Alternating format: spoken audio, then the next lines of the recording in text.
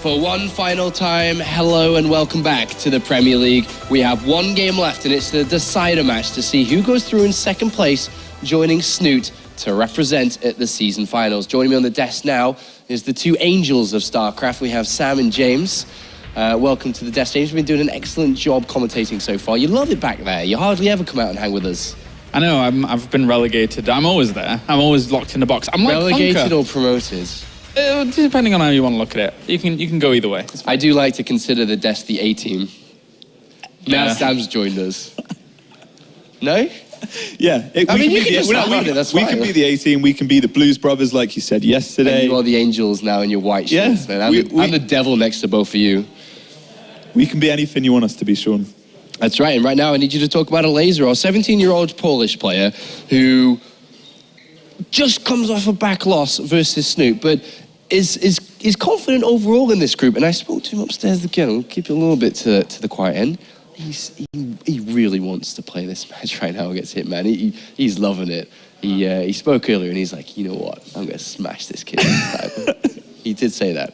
Yeah, he said that to me as well, actually. Did he? Yeah. He did. Not quite in those words, but he did say that he wanted to play Hitman. He didn't say the same words to me, though. I just exaggerated a little bit. But he's really confident going up against this, and there's no reason he shouldn't be. Yeah, I mean, he hasn't said those words to me, guys, but I can imagine he is that confident. I mean, going up against that kind of style, he's probably very easily anticipating what's going to be going on in here, into this game, after what happened in the first series. So Elazer's got all the cards in front of him. All he has to do is pick the right one. Yeah, I mean, Hitman, what is he going to do? What build is he going to do? I made a joke earlier, James, that these guys didn't get. I said Hitman should have turned up wearing a black jacket, a white shirt, and a red tie, and Sam and everyone else were like, what does that mean? I'm like, God damn it, guys, whatever.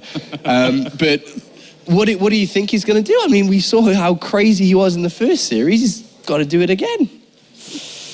Yeah, it's going to be interesting to see if he actually kind of brings a similar style, because we saw from game number 1 to game number 2 how easily Elazer was able to read it, then shut it down, that kind of Zealot Immortal all in play. So I guess maybe prolonged gateway pushes later on, something like that. Maybe that could work. Well, I spoke to Pig before, because obviously Pig's played against him a little bit. He does play on the NA ladder a little bit. And he spoke about Hitman's builds. And he spoke about those two specific builds. He said that he can play this 3-base macro game as well as the cheesy 2-base all-ins like he did do. So the fact that he's already kind of showcased those styles and didn't really go too well, I'm kind of interested to see how he's going to approach it, because obviously he's going to have to change something up. He can't keep it the same. Yeah, that is the whole point of this series now, is what can he do different? Because if he doesn't, I think this is going to be a very one-sided series. But let's take a look at the maps now. The 3 maps that we're going to be going to, this can maybe help us look at this series a little bit closer. It's going to be Coda, Iron Fortress, and Terraform here. These maps, something that Hitman can use to switch things up? Well, it's the same maps that he had in the previous series, obviously in a different, actually is it in a different order? It was Terraform, the first map. So yeah, a little bit of a different order, but Coda, the first standard map, like we see in most series these days. But Iron Fortress, I said it yesterday and I'll say it again. Protoss don't like playing this map, and for a very good reason. And we saw him try to take a 3rd base on this map, but kind of strange decision to me, because it never really works. It's really hard to take. It's so kind of out of the way, the 3rd base, and as we saw, Elazer just picked it apart pretty easily. So I feel like he's going to approach it in a different way, and that being the second map, he definitely needs to do that. He's got to be very careful too. I mean, going into this first map, it's almost like a must-win, knowing that Elazer's going to tear him apart come that second map. So first map being Coda is a good map for him to be on. It's just exactly what is he going to do, and the importance of his build, decisions and strategy here is vital to his success. Yeah, and Coda's a good map in my opinion. There's a lot of different styles that you can play on this map.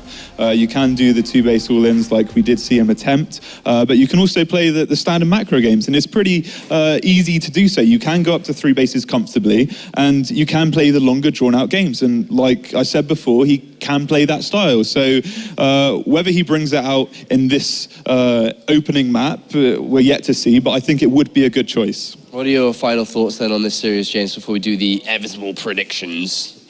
I think in the end, Elazer's going to end up taking that barcode on the back of his head and putting him through the checkout because this is going to be a little bit difficult. That's why he's here. That's why he's here. We needed some of that spice brought to the desk. Predictions?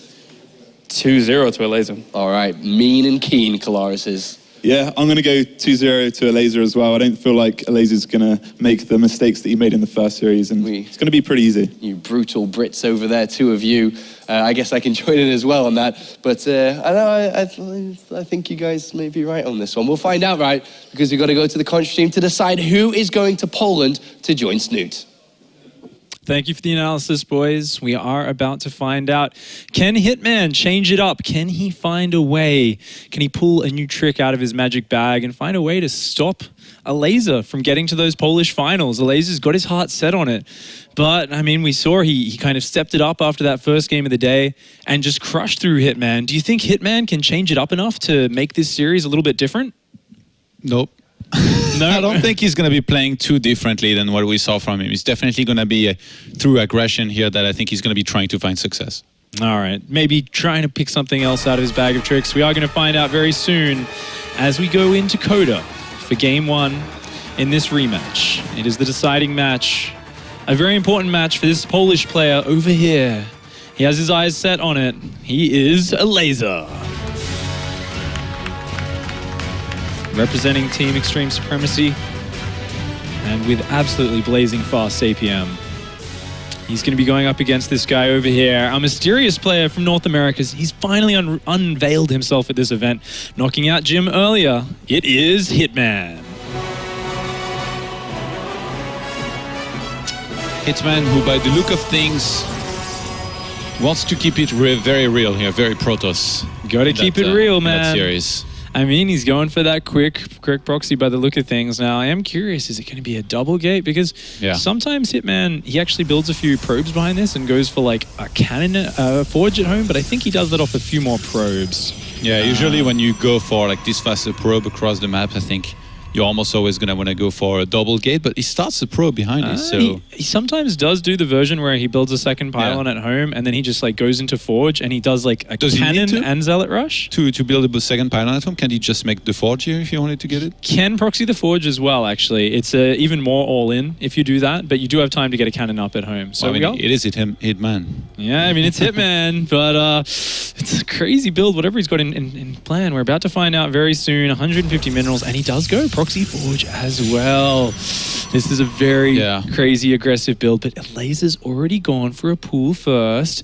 Now, the probe's going to come in and sees no hatchery down, and already Hitman's heart has to be sinking a little bit there. The pull first definitely makes things better for Elazer, and I would say if he had gone for hatch first, it'd be a disaster now, but he's definitely not out of the woods here just yet. Like, this is clearly something that Hitman he's been in this situation before. That drone came down, but I don't think it saw the pylon. I'm not. No. It turned around just before the pylon. Elazer has no idea this is happening. He's building 4 Zerglings, which is great, but he needs to pull drones as well. Like, he needs to stop this going down. There are 6 Zerglings on the way. Elazer may have realized. I really like that Hitman didn't reveal the Zealot and just kept it there. He's going to take Elazer. An instant reaction here. He's pulling the drones immediately. I'm not sure that's the right reaction at all. He needs to stop the cannons getting up. He's going to try and fight these Zealots, but that cannon is so close to finishing. The Zealots microing back here for Hitman. They're just wasting so much time, and the time has been bought. The cannon has finished, Todd. Yeah, there's another Zealot as well coming in. Is being boosted out right now. That was the wrong reaction by Elazer. This is what I thought. The first time that you play against this, it's going to be really hard to react properly. And I don't think that Elazer has reacted properly here. He's going to find himself on 10 drones against 15 probes. And in this case, I don't think he's breaking out anytime soon. He might use those broodlings, I guess, that will come out from the hatchery dying to try and bust this position. Yeah, I mean, he's down to 10 drones behind this. Elazer needs to crush this. Like, he needs to absolutely crush it and get across the map. Hitman is chrono boosting out probes. He's getting a gas. He's in a fantastic position.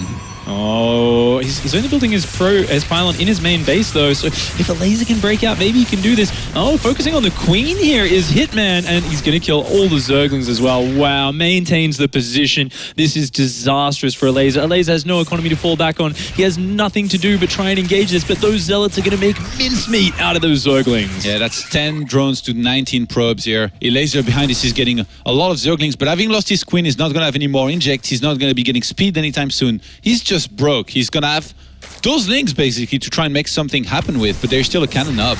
Even if he busts this position here, Hitman back at home, he can start a cannon. He's going to be able to start Mothership Core as soon as his Cyber Core finishes there. Yeah, Hitman's looking in such a good position right now, and the cannon does go down back home. Elazer's still just so focused on trying to break out of his base, though. These Zealots are untouchable. Slow Zerglings cannot deal with that, and he's not even going across the map. He's just trying to deal with the proxy. There's just so much immediate threat, and Elazer is looking desperate right now. I mean, even that Overlord across the map is like on top of a photon cannon that's about to finish, so... It's not fun times here for Elazer. Run, Overlord. Losing that would just be devastating. I think it will get out of there just barely in time. We will find out soon enough. Meanwhile, he's going to take down that proxy pylon, and the Overlord does survive with 4 hit points remaining. Meanwhile, though, the Zealots get into the drone line. He says, yeah, you're going to kill the pylon at my proxy, but guess what? You're not mining minerals right now. I've got Zealots in your base. These Zealots from Hitman are just doing devastating damage while Hitman does whatever he wants back home. The rich keeps on getting richer here, it seems like, in this game with Hitman. Getting more and more probes. Right now he's 10 walkers ahead. He's going to be able to maybe take out this queen here. That's what he's gunning for. Actually doesn't quite get it here. Nice move by Elazer, but that was more mining time lost and 2 more drones went down. So 24 probes to 12 drones. Behind this, gonna keep it real still.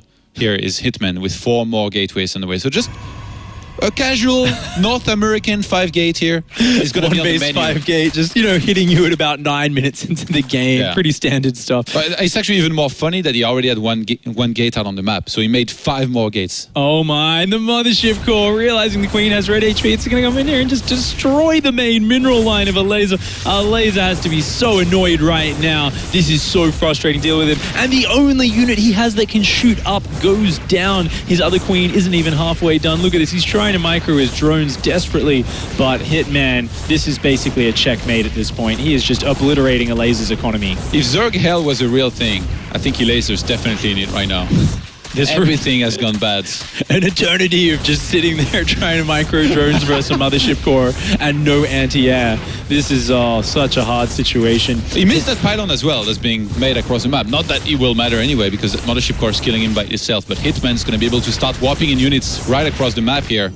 And he's gonna be game here real soon. Even goes for sentries. I mean, why not have some fun? Oh, this is a devastating move for Hitman. Hitman definitely is having fun right now. Going to come into the main base with a few slow Zerglings. Sees a cannon and a sentry, and he is forced to tap out.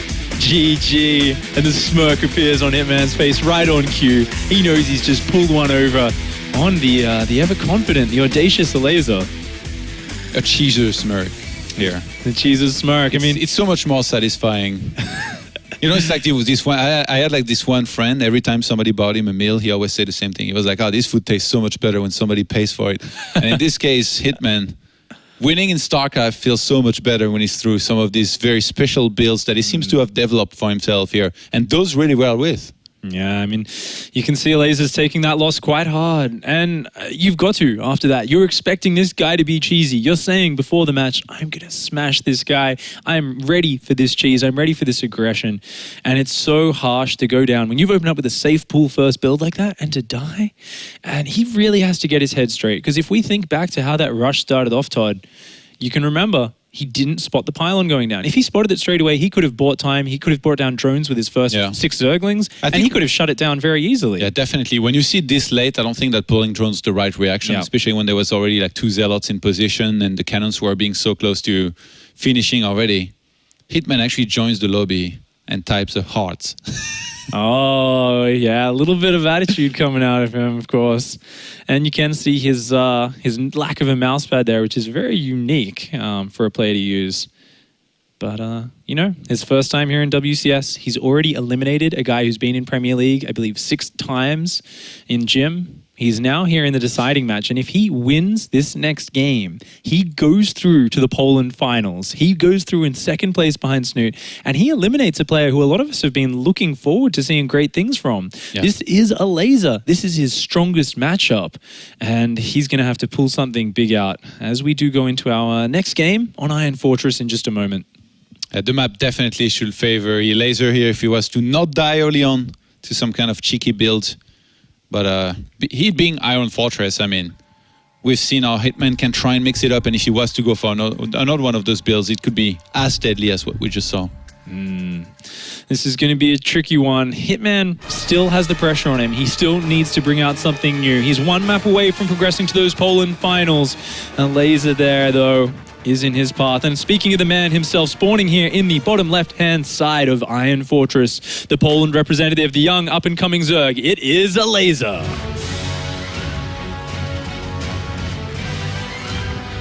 One of the faster players we have in WCS at the moment.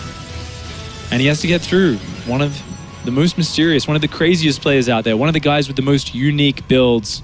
It is Hitman. He's already gone for a final up his ramp here, a little bit old school. He was actually using a bunch of those builds in the first series that he played earlier today, where he was opening with the gateway like this, Cybercore, and then gas. And that is actually a 10 gateway, interestingly enough. Now, you don't see that too often against a Zerg player. What could that indicate, Todd? Usually, it means that you're going to want to be aggressive, and in this case, on this map, he's hoping that it will be scouted late, and probably we're going to want to send something like a Zealot, maybe a Stalker across the map, and sometimes Mothership Core, but we don't have a gas starting here just yet for Hitman. And it's going to be made on 13, which is a little bit late. Usually, if you want to go for Stalker plus Mothership Core, you start the gas very shortly after the gateway. Okay, maybe just a very fast Zealot pressure. He's going to go out with that probe now to scout around the map, try and get some vision. Meanwhile, on the other side of things, we do see Elazer going for the hatchery first opening. Elazer, looking at this big map, he feels completely confident to go for that fast economy play. And Hitman being the wild and crazy player that is, I wouldn't even be surprised if he did like a Zealot Stalker pressure into a 4-gate or even 3 gates. With this kind of 10 gateway, it's just going to come so fast. And he already just won a map against Elazer. Maybe he's hoping that Elazer gets a little bit desperate and thinks that he has to go for something like a double hatch before pull, in which case this kind of build can be absolutely deadly. Yeah. We talked about how hard it is to take a 3rd base. Well, guess what? Hitman might not even be planning to take a 2nd base. Maybe not. You know, if he saves up a lot of chrono boost, which he is, he could actually go for that 1-base build. And you got to keep in mind, Elazer's first Overlord did not go in the right direction. His second Overlord, though, will scout it before too long. And Elazer has gone for a very fast gas. So he's gone hatch, pool, and gas. He's going to have a fast Zergling speed. And if he can spot this chrono boost on this Cybercore and the lack of a Nexus, he will immediately know what's happening. But this Overlord, it's not going to see this for a little while because he still doesn't know he spawned there. So even seeing a lack of a Nexus doesn't give him any information for sure just yet. Yeah, this is going to be spotted so late already, and one additional gateway goes down. It's going to be at least 2 more. Does he go for the 4-gate or just keeps it to 3 here is Hitman. Hitman is the American Elfie, I feel like. Oh, he really is like such a unique player. The Overlord just barely misses that Stalker. And just look at how slowly it's edging forward. You can feel the Zerg fans out there, the Polish fans, just looking at this and just grinding their teeth, thinking, oh my, he has to see this coming. But Elazer actually seems to have picked up on it back home. He is dropping down a Spine Crawler. He's seen the Zealot and a Stalker and he's thinking, what is going on? What is this? He needs to send the Queen something's down. happening. He needs to send the Queen down from the main here. That's going to be very important. That Spine Crawler in here needs to complete. And Elazer right now is going to be on making on his Zerglings. He's going to get the Stalker down. Beautiful focus fire from Hitman. Hitman is going to have Warpins joining this in just a few moments. And there is a Zergling speed on the way. There are a lot of Zerglings on the way. You know, with good control, Elazer can hold this. But with new Zealots coming in very soon, it's going to be tricky. The Stalker and the Zealot are just whittling down so many of these Zerglings. Speed's actually about to finish. So Hitman here, you will very clearly be going for Stalkers. And he has no idea about the gas timing here from Elazer. He has no idea that Speed's about to finish. So if Hitman overextends And I mean, soon there's going to be a lot of Zerglings here attacking him. 14 of them are in production right now. He focus fired. I don't think this is too bad for Elazer at all. Yeah, he's got a spine up now. One queen goes down, but Hitman actually focus fired the wrong queen at the start, so the transfuse got off, and he just wasted a little bit of that valuable damage output. The Zerglings do get down a Stalker kill, ever so valuable there from Elazer. Elazer's trying to get some more injects down. He's feeling the starvation of the lava, and he needs to hang on. But these two spines are such a great anchor here, and the Zerglings maybe getting a bit overeager. They're going to try and surround these Stalkers. Yeah, and I think if he kills a few of them, it's going to be worth it. Just gets this one here in the end. Hitman is completely all in. There is really no transition here out of this. Oh, a spine crawler's moving up. This is a little bit risky from Elazer, but it takes a lot of damage on that spine. That's actually really bad if that goes down. There's so few Zerglings out right now, and the spine crawler does go down. Yeah, Elazer is not trading in the best of ways. He keeps on sending these queens out of position here. They get sniped. That's some injects that is missing for some time. And he was supply block here for a moment, so Elazer's got a lot of minerals here. He needs a big chunk of Zerglings to eventually push this back once and for all. Hitman focusing down the other spine crawler. The Zergling's a little bit slow to react, and the spine crawler goes down. Hitman's ball is getting a little bit scary here. The Zergling count's increasing, though. The queen count is increasing. Elazer, he's going to look to wrap around these units, but the Zealots pull to the front. The Stalker's micro backwards. Beautiful control from Hitman. More Zealots joining the fray. He is pushing in for the kill right now. Yeah, I'm not sure if there's enough Zerglings here, but there's probably is not. Elazer is going to get his queens targeted down, and somehow Hitman might be making this work here right now. Elazer down to his last few Zerglings. He's running away with the drones and queens. They're going to be cornered here by the Zealots. Oh, wow. The queens are getting cornered. The Zerglings are starting to just whittle down in numbers. There's so many units coming in here. Elazer looks like he's down to his last legs. There's just Protoss units aren't dying. They're just not dying right now. And he's coming in now. The last couple of drones and Zerglings wrapping around. There's still 5 Stalkers. Another queen goes down. The Zealots coming in. The march of pain here. The queen's looking for safety, but there is no safety to be found. The Zealots and Stalkers are killing every single unit as they pop out. And Hitman is looking to make his way to those Poland finals. He is going to try and shove Elazer out of this game. And Elazer's last queen's dropping down. The Stalkers shooting down the Zerglings. These Zealots are marching down. They're going to trap those last queens. Elazer feeling the last hope drift out. His production is just flailing. The Zerglings cannot group up, trying to get the surround on the Stalker at the back. His queens running in circles, but they're not making anything happen. And as the last queens fall, he is pushed out of this game. Hitman proceeds to the round of 16. He goes to those Poland finals in a fashion which only Hitman could do. An astounding win there.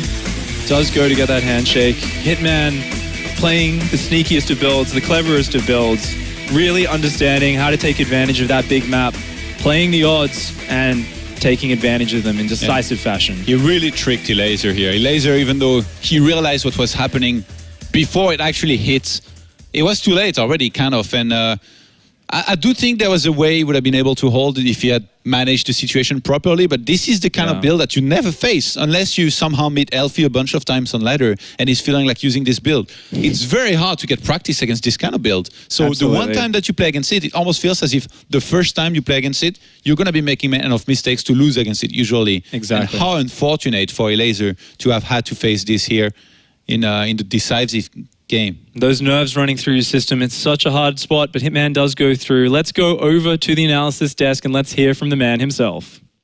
Thank you very much, gentlemen. Hitman, you've made it. You're going to play at the season finals. You're going to Poland. Congratulations. It must be a great feeling to know that you've played in the Premier League for the first time and you've just rocketed straight to the season finals. Yeah, I mean, I'm pretty surprised I made it this far, to be honest. It's my second time playing in WCS. I remember trying to qualify like 2 years ago. Didn't go very well, but I guess this time it worked out for me. It did work out, and you stayed true to what you brought to playing against Zerg today, and you hit him hard and aggressive, and it paid off, it worked, and you were able to beat him 2-0, and it really looked for us watching it that you hit him, and he wasn't able to keep calm under that type of pressure, and he crumbled. Yeah, I played a lot more aggressive than I did in the first series. I thought he was going to 9-pool me or cheese me because I always go Nexus first on ladder. So it's why I did the same build twice in a row. Try to play safe all 3 games. It didn't work out, so I decided to stick to my guns, and I guess it worked out. It did, Sam. So do you play against Elazer a lot on ladder, did you say? Or? I only play on North America, and I don't think I've ever played against Right, Elazer. okay. So talk to me about that build on Iron Fortress, because I think anyone can kind of agree that doing a three gate off one base kind of attack isn't really usually too common and too effective, really. Yeah, I was actually thinking about either going for a 4-gate or a 3-gate, and I basically flipped a coin in my mind, and I ended up with a 3-gate, and I guess it worked out perfectly fine. So I mean, it's good versus. I think it's good versus speedling openers when you can catch the first few units when they don't have speed, and I think that's pretty much what happened in that game. I got a few unit pickoffs and was able to secure a lead and close it out in the end. So you don't actually have too much offline experience, like you said. You've tried to make WCS before, it didn't go too well. But it seems like you've just came here and it hasn't affected you whatsoever. And you chose builds that are kind of a bit risky and a bit out there, and you just played your game. Yeah, I pretty much just stuck to my guns, played my game, did my all-ins and cheeses, and it went pretty well for me. I guess that probably what you're going to look to doing towards the season finals. Are you looking to make adjustments? You've got 2 weeks to change your game up a little bit, or are you just going to, carry the American flag to Poland playing this way? Probably going to think of a couple new cheeses along the way, but it's going to be pretty much all-ins and cheeses from here on out. You heard it here first. Congratulations, Hitman. You will be representing America at the season finals. A massive victory for the young man here. Let's take a look at the bracket to confirm exactly where we are now. And as you can see on stage, we have Snoot through in first place. Hitman goes through in second. A result not too many people expected to happen, but it is true. Hitman eliminates Elazer in the decider match in 2 very, very quick games. And joining us back on the desk now is Pig, and I'm sure you're as shell-shocked as everyone else is at how that series went down. What can I say? I've just got a cheesy grin on my face right now. I mean, we just saw America triumph over Europe. Not something we see every day, but it happened. Twitch chat's going crazy. It doesn't matter how he wins, it's still a win, right? It is, and it's such a smart build, Hey, the 1-base 3-gate, that is the perfect way to execute that build. That hits so fast. I mean, you've only got a 1 in 3 chance of that being scouted. That was so smart, and it's something you almost never see at this level. I really respect the way he's just come here, played his game, not let anyone kind of affect him. And yeah, it's just really cool to see because he is unknown. He isn't too well experienced with this offline situation. And he's definitely made a lot of fans today, that's for sure, including me. And how far do you think he can go at the season finals playing like this? It's going to be difficult. There's a lot of good players there. You know what? I'm not going to say he's a Haas, but he is a Haas.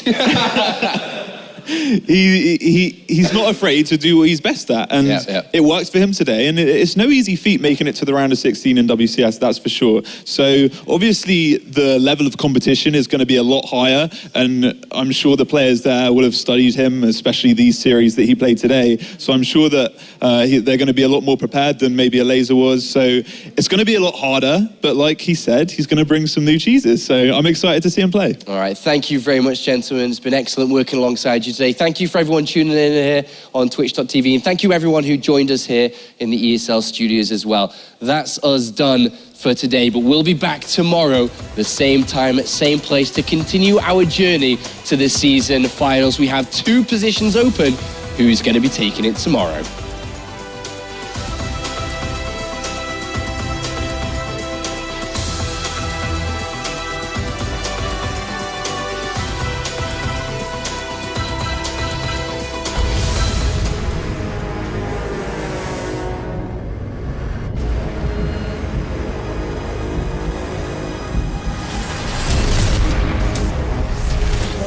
One game away from the crowd.